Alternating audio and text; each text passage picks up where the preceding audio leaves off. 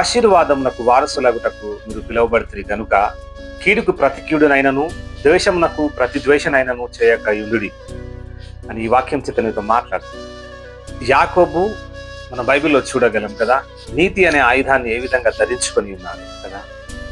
నిత్యం ఆయన ఒక వాక్యాన్ని ధ్యానిస్తూ విశ్వాసములో బలపరచబడుతూ